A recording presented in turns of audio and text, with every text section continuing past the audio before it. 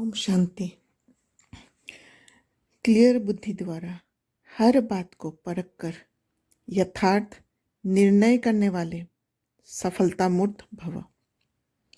जितनी बुद्धि क्लियर है उतनी परखने की शक्ति प्राप्त होती है। ज़्यादा बातें सोचने के बजाय एक बाप की याद में रहो, बाप से क्लियर रहो, तो हर बात को सहज ही परख कर यथार्थ निर्णय कर सकेंगे।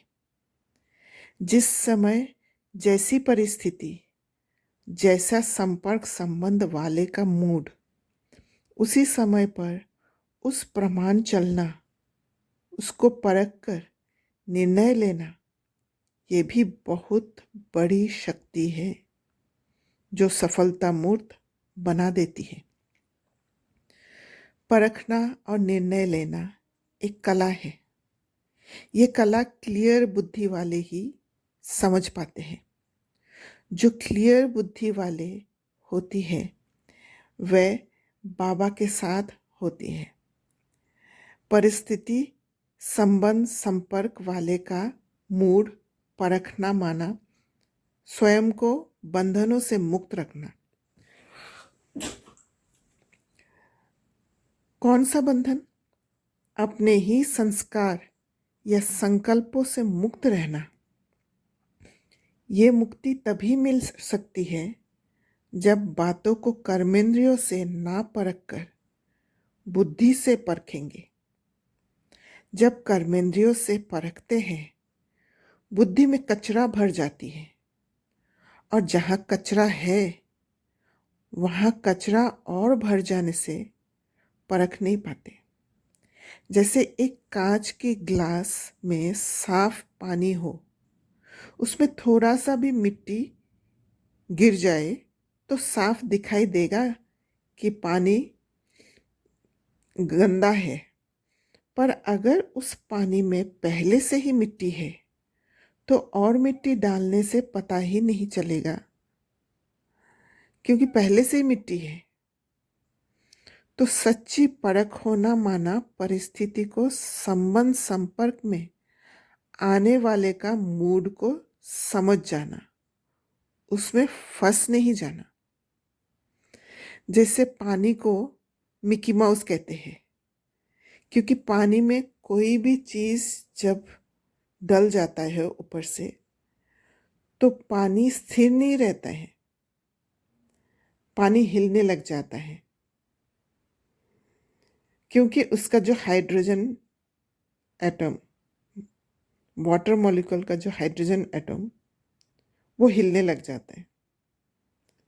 ठीक वैसे ही बुद्धि में जब कचरा आ जाता है तो बुद्धि स्थिर नहीं रह पाता, बुद्धि हिलने लग जाती है, मिकी माउस की तरह। और फिर उसी प्रमाण निर्णय लेना माना कर्म में आना, माना कर्म बंधन से मुक्त रहकर कर्म संबंध में आना, जिसे जीवन मुक्ति में रहना कहते हैं।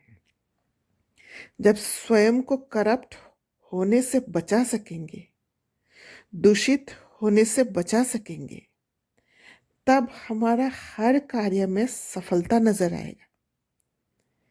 कीचड़ में खेलने वाले को कीचड़ बुरी नहीं लगती। परखना अपनी स्थिति पर निर्भर है और उसी प्रमाण निर्णय लेना।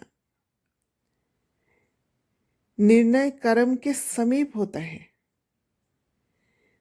निर्णय लेते ही कर्म में परिवर्तन हो जाती है। इसलिए सही निर्णय लेना आवश्यक है।